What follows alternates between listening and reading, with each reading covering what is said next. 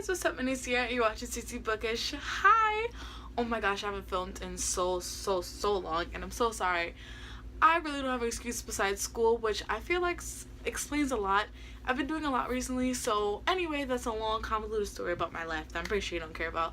So, I'm just going to stop talking about that and get into the book. So the books I'm going to be talking about today are books that I read in the month of September. I think I had a pretty good reading month considering I had so much going on, and it's even better in October so far. I think I've read this many already.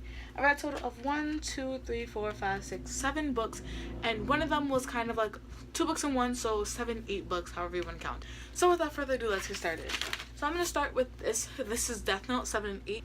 Yeah, this is book 4 in like this edition. So Death Note, if you don't know, is about these 2 main characters, and they discover, one of the main characters discovers something called a Death Note, which is a notebook essentially in which you write someone's name and they get killed. And he has kind of this god complex where he believes that it's his job to decide who deserves to die and to kill off all the criminals.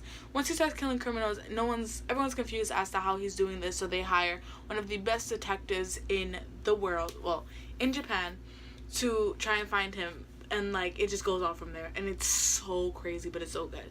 And I have, I think, 3 more books in this edition to read because there are 13 books in here, and I cannot wait to finish because they're so good. The next one I have is The Bear and the Nightingale, which I listened to on audiobook on the Overdrive app. If you guys don't know what that is, it's an app on your iPhone, Android phone, whatever you choose to use. Basically, you can borrow audiobooks from your library and return them once you're done.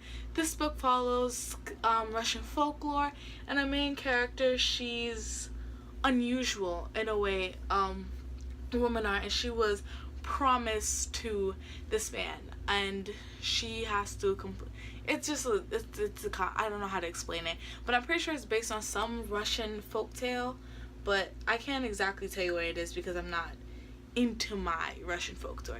But I really enjoyed this book, and I cannot wait for the second one to come out. I'm highly anticipating. The next one I have is This Savage Song by Victoria Schwab. This is a book about our main character in which in a world in which every time you commit an act of violence, there is a monster, and depending on the kind of act of violence is the monster that comes out. In this book, we have 2 main characters, one from each side of the fence. We have a human girl and a monster boy, and it's about their relationship. And this book is such a great example of friendship because there really is no relationship other than friendship.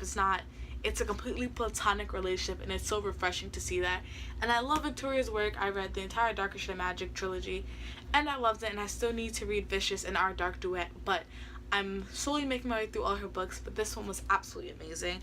I highly recommend this. The next one I read is The School of Good and Evil. Yeah, The School for Good and Evil by Saman Chinani. Did I say that right?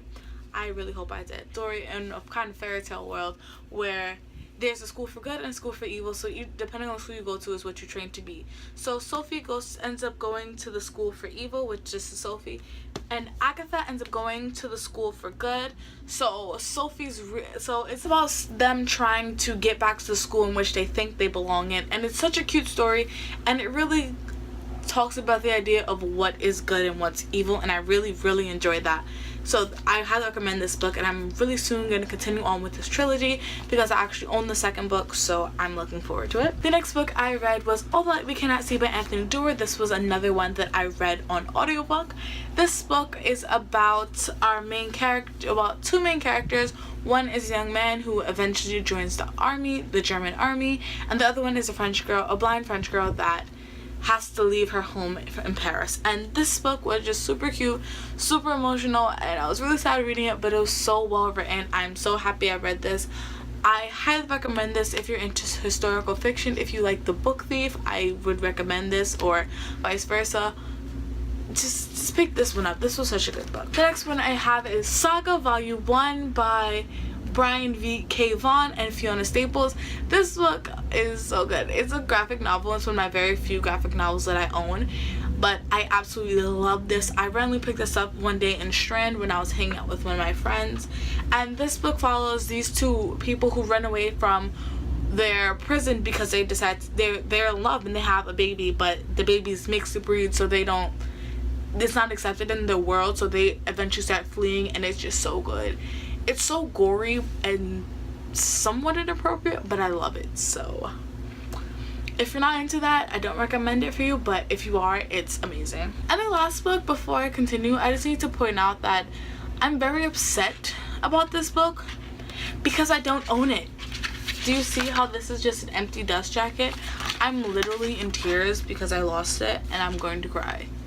I just want to point that out because if you guys couldn't tell, Red Rising is my favorite series and I'm waiting for Iron Gold patiently, and by patiently I'm counting and praying to God that's gonna come out quicker. Strand, if for whatever reason you're watching this video right now, I'm waiting for your book to come out, so please write quickly and stop watching this video. Thank you very much. Love you. Anyway, this Morning Star by Pierce Brown, the third book of the Red Rising trilogy, and I was bawling in the end, okay? I was in tears. I have no shame.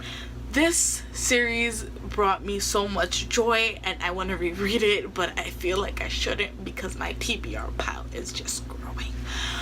But Red Rising follows our main character Daryl after he discovers that after his wife is killed, he basically transforms himself into a new being in order to go to this institute for the highest caste system, and in doing so he's trying to take down the entire government, and it's just amazing and I love the characters.